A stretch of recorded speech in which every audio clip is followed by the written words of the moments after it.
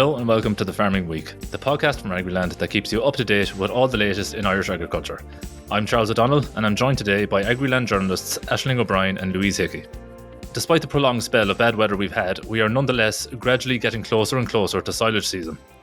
Around this time of year, the Association of Farm and Forestry Contractors in Ireland, the FCI, publishes its annual contractor cost guide, which outlines guidance prices that farmers might expect to pay for contracting services over the year. And this year's guide was published just this Thursday. Have the FCI indicated any major changes this year, Aisling? Yes, Charles. Well, given the fact that the cost of everything seems to be increasing at the moment, it's not going to come as a surprise to farmers that contractors are increasing some of their prices this year. Now, some of the prices that appear on this list are the same as they were back in 2023, but others have increased up to a maximum of 4%, which the FCI says is a modest increase. Now, from the outset, the FCI has stressed that the guide shouldn't be considered as definitive in terms of what a farmer should expect to pay a contractor, but they said it does provide fair and reasonable guidance for both the contractors and their clients out there. Now, the charges might vary between regions, of course, across soil types, the distance that a contractor might have to travel, the size and the type of the equipment used. So, it obviously the figures that we have listed on Agriland, are just a guide, but I suppose it's what you can hopefully expect to pay somewhere in or around that figure. And interestingly, as an increasing number of farmers are moving towards being VAT registered, two figures are actually given for each item on the list this year, one including VAT and one excluding VAT. So according to the FCI, the 2024 charge guide reflects slight increases, and the charge guide lists 102 items compared to 98 last year. And the FCI National Chair, John Hughes, said that there was increasing costs of new machinery that is impacting contractors out there, and machinery costs have risen by more than 30%, Charles, in the past 3 years. And spare parts, the prices for those as well have continued to increase as well for contractors. And there's also additional costs facing contractors this year. There's an increase in the national minimum wage as well. And they also will be required to provide pension funding for employees as well. So that has to be taken into consideration. And there is an excise duty increase coming on fuel as well. We'll speak about that in a little bit more detail in a while. That's also something that the contractors will be contending against. And this year's guide also noted as well a notable scarcity of young people who are joining the sector. So I suppose, look, we'll give a couple of prices, Charles. The full list, we're not going to go through it all here today on the podcast, but just maybe some to pick out. I suppose for baling, wrapping, stacking and moving, it's between €14.50 and €23 a bale. For round hay bales, it's between €6.50 and €7.50. Hay cutting, rowing and turning is between €12.50 and €27.50 an acre. And for round straw bales, you can expect a guide price of between €6.50 and €14.50 as well. Looking at silage, I'd say many farmers out there are scratching their heads looking at very sodden fields out there. But needless to say, we'll have to be looking ahead to first cut silage as well. So the guide price the FCI have produced for this year says that mowing will in or around cost between €26 and €27 an acre. Raking, tedding and rowing will be between €15 and €16.50 an acre as well. And topping grassland would be €22 an acre or €57 an hour for a guide price as well. Looking at maybe fertilizer application for bulk spreading, it would be €45 a tonne or €96 an hour. To spread lime, it would be between €8.50 and €10.50 a tonne. And for slurry spreading, the guide gives a price range of €67 to €104 an hour, depending on the tanker size. And for umbilical spreading, it could range from €160 to €170 an hour. Look, there's a full list on Agriland as well of these FCI guide charges. And again, just to stress, Charles, these are our guide charges, but some increases this year for farmers, unsurprisingly.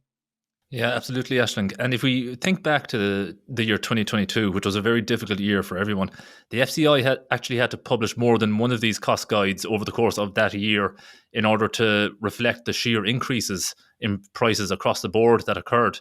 Hopefully, obviously, there won't be a repeat of that this year. But a lot of these prices seem to be going kind of, well, they're certainly not going down and seem to be only going in one direction. Yeah, well, I suppose if you look at the cost of everything at the moment, Charles, everything has just got so much more expensive out there as well. And look, we're looking as well at the fuel excise hikes, that the government are set to roll out as well. And the contractors did point to that as well. Of course, back in 2022, as you mentioned, I suppose the war did break out in Ukraine after Russia invaded, and the government's response to that was to cut the excise duties applied to fuels like petrol, diesel, and green diesel as well. But it was on a temporary basis. And last October, listeners might cast their mind back to budget 2024, which seems like a distant memory, but it's coming back to haunt us now, unfortunately, because the Minister for Finance then said that the temporary excise rate reductions would end at the end of this month, at the end of March, and that there would be 4 increases in excise duty over the next 12 months, with the first of those coming on April 1st. So on that date, there'll be an increase of 4 cent a litre on petrol, 3 cent a litre on diesel, and 1.5 cent a litre on marked gas oil, or green diesel as it's commonly known. And then there'll be a further increase in August for us to look forward to as well. 4 cent a litre on petrol, 3 cent a litre on diesel, and again, 1.5 cent a litre on green diesel as well. Look, ahead of the first increase as well, Charles, opposition TDs coming out and urging the government to postpone or to maybe review these increases, given the fact that, as I said, the cost of everything seems to be rising, and people, whether they're in rural Ireland or in urban settings, this is going to pinch at the pumps as well. And the Sinn Féin agriculture spokesperson, Claire Curran, said farmers and contractors are going to be preparing for the silage season, as we just mentioned. And she said that many farmers out there are already facing soaring input costs and can't really afford to take more price hikes as well.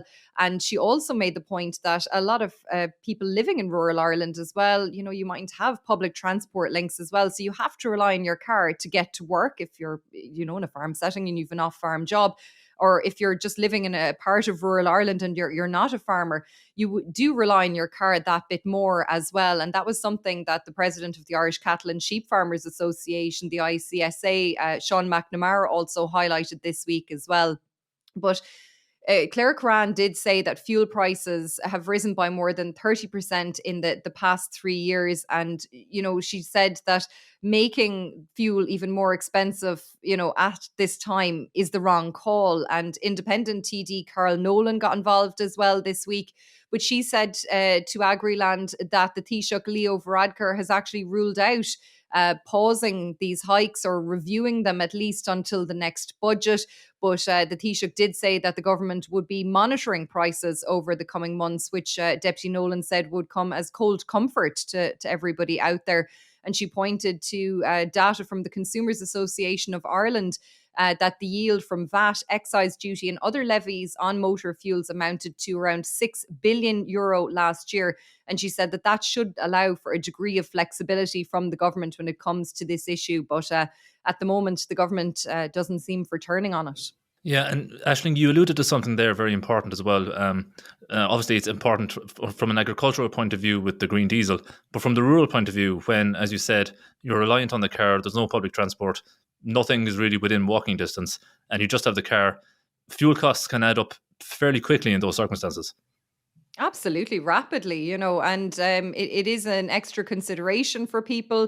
It can become prohibitive for people running a car. They might have to think about, their work situation as well, Charles. All of these increases do add up over time. And look, we have the Green Party in particular are, always talking about rolling out public transport in rural areas, but is that happening fast enough? And I'm sure many people listening to this podcast, will have family members or them themselves trying to access their work. And the thoughts of cycling or walking to access work just isn't an option. And maybe bus or train links don't add up to their work times as well. So, definitely any increase in fuel price is going to hit hard. And Aisling, staying on the topic of costs, and certain other costs for farmers are set to increase as well downstream from the contractor when you have your baling and silage done for the year and you have plastic to dispose of. Yeah, Charles, I feel like I'm the bearer of a lot of bad news this week on the podcast, unfortunately. Further news of price hikes from the Irish Farm Film Producers Group, the IFFPG. They confirmed that there will be a series of increases for the recycling of farm plastic costs this year. Now, the IFFPG, it's a national not-for-profit recycling compliance scheme, and it aims to protect Ireland's rural environment. It's 70% funded through the recycling levy, which is charged to companies placing plastics products on the market. And the remaining 30% then comes through a weight-based collection charge to farmers out there. So all plastic collected by IFFPG is done through a network of 4 approved contractors and also through bring centres as well.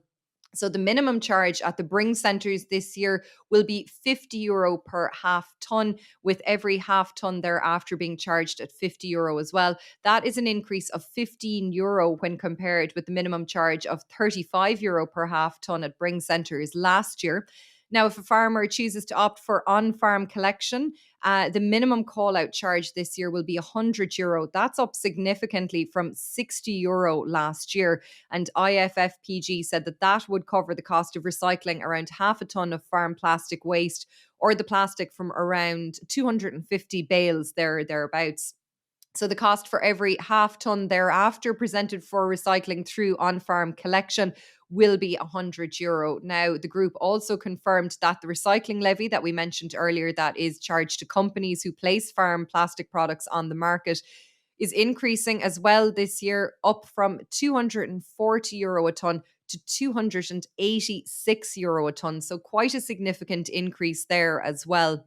And Liam Maloney, the general manager of IFFPG, spoke with us this week on Agriland, and he said that the recycling levy has increased a number of times in recent years due to the ever-increasing volumes of farm plastic waste at a time of escalating recycling costs due to global events. He said that the decision of China to ban plastic waste imports, the COVID-19 pandemic and the war in Ukraine all have conspired essentially to increase the cost of recycling by around 600%. Now, look, the initiative has been very successful. During the last 6 years, the volume of farm plastic waste recycled has increased by 50% to the current 39,000 tonnes per annum.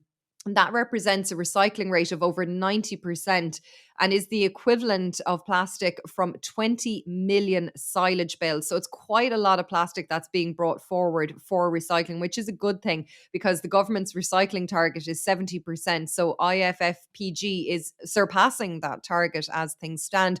But I did ask Liam Maloney if increasing the prices could lead to maybe an increase in illegal dumping perhaps, or burning of waste or plastic on farms.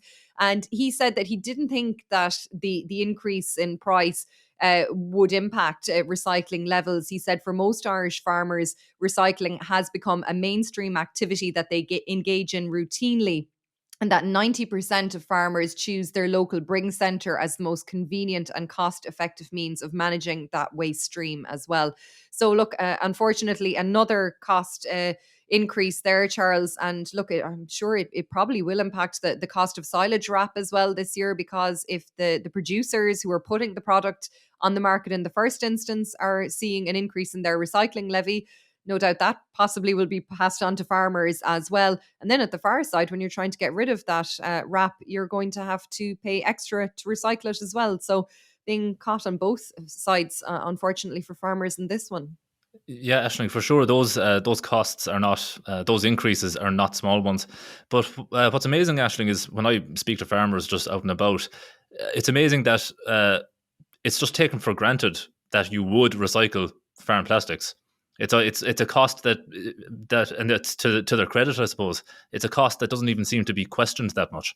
Yeah, which is great. And it shows, I suppose, how farmers want to be environmentally friendly. They want to recycle this plastic. Nobody wants to see plastic wrap hanging off ditches and, being buried or burned on farms. And we can see it from the amount of recycling that is being done, 39,000 tons. It's a huge amount of plastic being recycled, and it's a huge credit to farmers.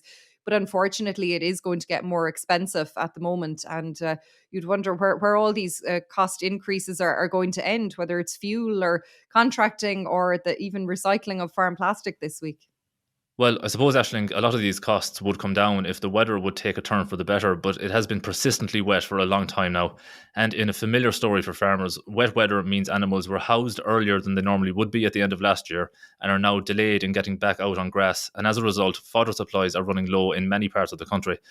In fact, reports from beef farmers across the country indicated that very little grazing will be achieved before St. Patrick's Day, though some farmers in certain parts of the country with drier soil conditions may have been more fortunate and may have got grazing started before St. Patrick's Day. Louise, you visited the farm of ICMSA Deputy President Eamon Carroll in Tipperary. How is he coping with fodder at the moment? Yes, Charles, I caught up with Eamon Carroll about his tightening fodder supplies, which is a story that's all too familiar at the minute with farmers right across the country. Carroll said that in the last few weeks he received multiple calls from farmers about cost concerns in the future and that the long-term ramifications are really going to be felt through the year. Here's a little bit about what he had to say concerning his own situation. Our own experience for the first time ever, we've actually ran out of fodder. That never happened to us in our entire life. So why is that?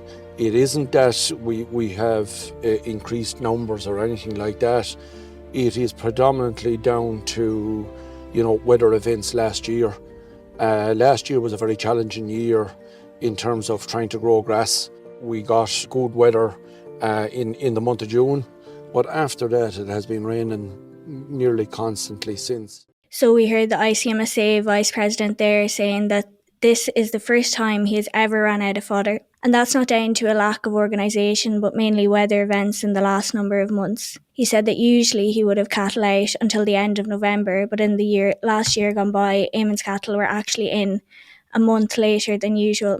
He let cattle out about 2 weeks ago, but said if rain persists, that all the animals would have to be housed again. Now, Eamon is based in Thurles in County Tipperary, and he actually said that further down the south of the country, the situation's even worse. He told us that government financial support is needed, and he said that in that support, one thing he does not want to see is funding supporting one sector over another.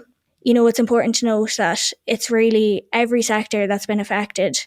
While dairy farmers tend to get cows out for a few hours when ground conditions allow, it's generally not as feasible for suckler and beef farms. But as Carroll said, the tillage sector is affected too.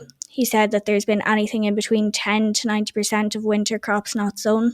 As farmers will know all too well, conditions can change quickly in March and April, and if a few relatively dry days arrive, farmers may well be in a position to get at least some cattle out to grass. And Louise, conditions are so unfavourable right now that there's even been calls on the Department of Agriculture, Food and the Marine to suspend farm inspections for the time being, isn't there? Yes, so the Irish Farmers Association Deputy President Alice Doyle said that with the ongoing weather conditions, farmers are coming under serious pressure, and she's appealed to everybody in the sector who interacts with farmers to take this into account.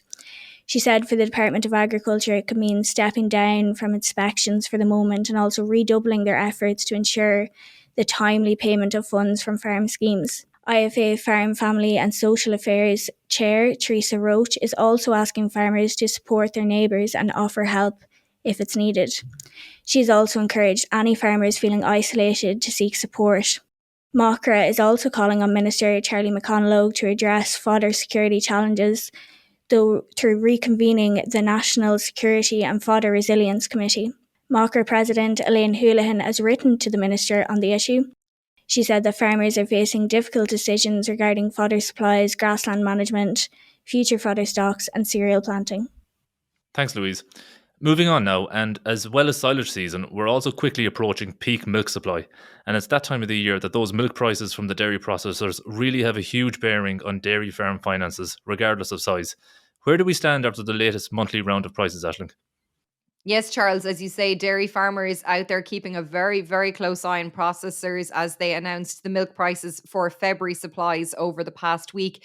Lakeland Dairies increased its base price by 1.5 cent a litre to 41.4 cent a litre in the Republic, which includes a new half a cent a litre sustainability incentive payment. In a statement, the processor said that global dairy markets remain in a delicate position with the supply-demand dynamic tentatively poised.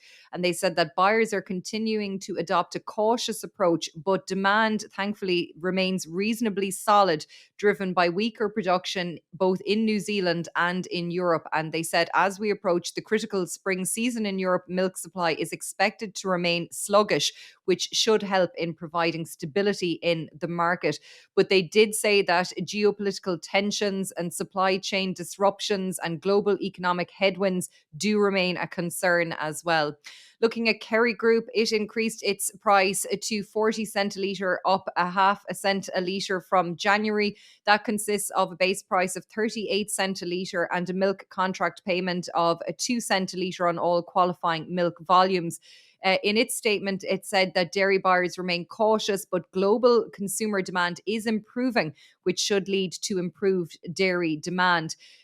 For Tier Lawn milk suppliers, there was a 2 cent a litre increase as well. The Kilkenny headquartered processor will pay a total of 42.08 cent a litre, including VAT, for February milk. That price includes a seasonality payment of 3 cent a litre, including VAT, that will be paid on all creamery milk volumes supplied in February that meet quality criteria. And the base price there from Tier Lawn is 38.58 cent a litre as well.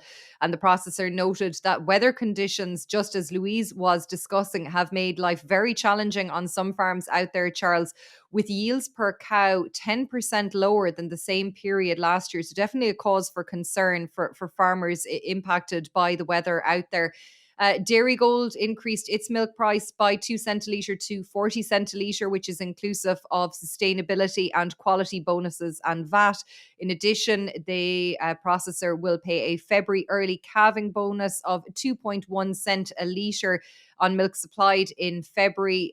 Therefore, you could attain a price with Dairygold of 42.1 cent a litre for February if you met all of that criteria. Looking at Carberry, there was an increase there in the base milk price of 2 cent a litre. And it's also continuing to support milk price from its stability fund with a contribution of 1.5 cent a litre. And if that decision is replicated across the 4 West Cork co-ops, it would result in an average price of 41.67 cent a litre. And this milk price for February is including a SCC somatic cell count, of course, bonus as well. And there's a future-proof sustainability bonus and a stability fund support as well built into that price. Arrivo increased its base milk price by 0.75 cent a litre when compared to January, meaning that suppliers will be offered a base price of 39 cent a litre. And Arrivo said that manufacturing milk will receive an additional early calving bonus of 3.15 cent a litre, bringing the base to 42.15 cent a litre. Arabon finally announced that it's increasing the price paid to members for milk supplied last month by 1 cent, up to 38.9 cent a litre. Arabon also paying a 3 cent a litre winter bonus on February milk supplies. So look, great to see prices going up across the board. I'd say farmers would be looking for a lot more than what they're getting at the moment, but it's heading in the right direction as we're approaching peak. So that is a good thing, Charles. And just judging from the comments made by the processors, it seems that the markets look like they could be favourable to us, hopefully, for the coming months. Yeah, hopefully, Aisling, and we'll certainly keep an eye on it going forward over the next coming weeks, which are crucial. But finally for today, Aisling, some national news to talk about, and in something that for the majority of the population came completely out of nowhere. Leo Varadkar has resigned as Taoiseach and leader of Fine Gael. Now, for a man who by his own admission wasn't an expert on agriculture, he certainly generated plenty of talk in the sector. He absolutely did. He went through a lot of careful consideration and some soul searching this week to shock the majority of the nation. It has to be said, Charles. Even the political correspondents in the hallowed halls of Leinster House, a lot of them were taken by surprise by this as well. He's nothing lined up at the moment. He's telling us he'll stay as Taoiseach until we get a new Fine Gael leader. And that is going to happen in advance of the party's Ardèche, which is taking place on April 6th. And that will allow for a new Taoiseach to be elected when the Dáil resumes after the Easter break. The money at the moment seems to be on Simon Harris. He seems to be the front runner at the moment to replace Leo Varadkar. The 37-year-old from Wicklow is currently the Minister for Further and Higher Education, Research, Innovation and Science. So it looks like he's to lose at the moment, Charles. That seems to be the way it's looking. But definitely a big shock that Leo Varadkar left. And we did contact farming organisations to get their reactions. And the Irish Farmers Association President Francie Gorman wished Leo Varadkar well and said that during his time as Taoiseach, he kept agricultural concerns front and centre, in his opinion. And the IFA president said that the biggest issue that Leo Varadkar faced when he became Taoiseach back in 2017, of course, was the outcome of the Brexit vote a year earlier and ensuring that agricultural interests were protected in the negotiations and the fallout after that Brexit vote. And Francie Gorman said Leo Varadkar understood the concerns of farmers. He kept them front and centre in the prolonged talks that culminated in the trade agreement that was struck in 2020. And he said that he found Leo Varadkar open and accessible to discussions. And of course, Leo Varadkar attended the IFA AGM just back in January at Farm Centre. And he said that he was willing to engage with IFA delegates as well, Francie Gorman told us. And at the AGM as well, Leo Varadkar did speak about the role that farmers would play with climate change. And he said that farmers would be part of the solution. The Irish Creamery Milk Suppliers Association, the ICMSA, said that it hopes that a change of Taoiseach would result in a change of direction for the government's policy when it comes to agriculture. The ICMSA President Denis Drennan spoke to us this week after Leo Varadkar's announcement, and they said that he had regularly made himself available to meet with farm organisations. Leo Varadkar also attended the ICMSA AGM. But it has to be said that despite the Taoiseach being available, Charles, it wasn't clear if any of those meetings had an actual impact. And he said behind all that, he might have been available to us, but I'm not sure he was listening to us because the current government policies are really undermining farming. And you'd hope that if there is a new leader elected, that they might change the direction of the government. As farmers, we can do a lot more for the environment and for the economy of the country, but we need support to help us do that and not be regulated out of existence, was Denis Drennan's comments. And the Irish Cattle and Sheep Farmers Association President Sean McNamara said he was shocked by Leo Varadkar's announcement and he wished him well. But in their experience in the ICSA, he didn't give him a great rating because he said that they had asked to meet Leo Varadkar several times and he didn't meet the ICSA. And he said that he didn't believe that Leo Varadkar knew anything about the hardship that farmers are going through. And he said it was a matter of telling farmers what to do, and that was it. And perhaps not really showing a lot of flexibility with what was coming from Europe in terms of legislation. Now, there was talk about would this trigger a general election? Obviously, the opposition are calling for a general election as well. A lot of politicking going on at the moment, Charles, understandably. But Sean McNamara felt it was doubtful that we'd get a general election out of this, but you can't rule that possibility out entirely at the moment. But he was clear in what he felt farmers wanted from the next leader of the country and the next Taoiseach. And he said the way he'd look at it, we want a Taoiseach that's prepared to see beyond the M50. And as somebody down here in Kerry, anybody who can find their way beyond the Red Cow roundabout is a friend of ours. So if it's Simon Harris or somebody else, I'd say we'd be looking for them, as Sean McNamara said, to look beyond that glorious motorway that surrounds Dublin and to make sure that the concerns of farmers in rural Ireland are seen after as well. Well, we can only wait and see, Aisling, and it remains to be seen where Leo Varadkar goes from here. But of course, with Eddie Punch moving on as General Secretary of the ICSA, one possible opportunity there, but we'll see. Unfortunately though, that's all we have time for today. Please don't forget to rate, review and follow The Farming Week on Spotify, Apple Podcasts or wherever you get your podcasts. We'd love if you could spare some time to give us 5 stars and share The Farming Week with anyone you think might be interested. From Aisling, Louise and myself, all the best for the weekend.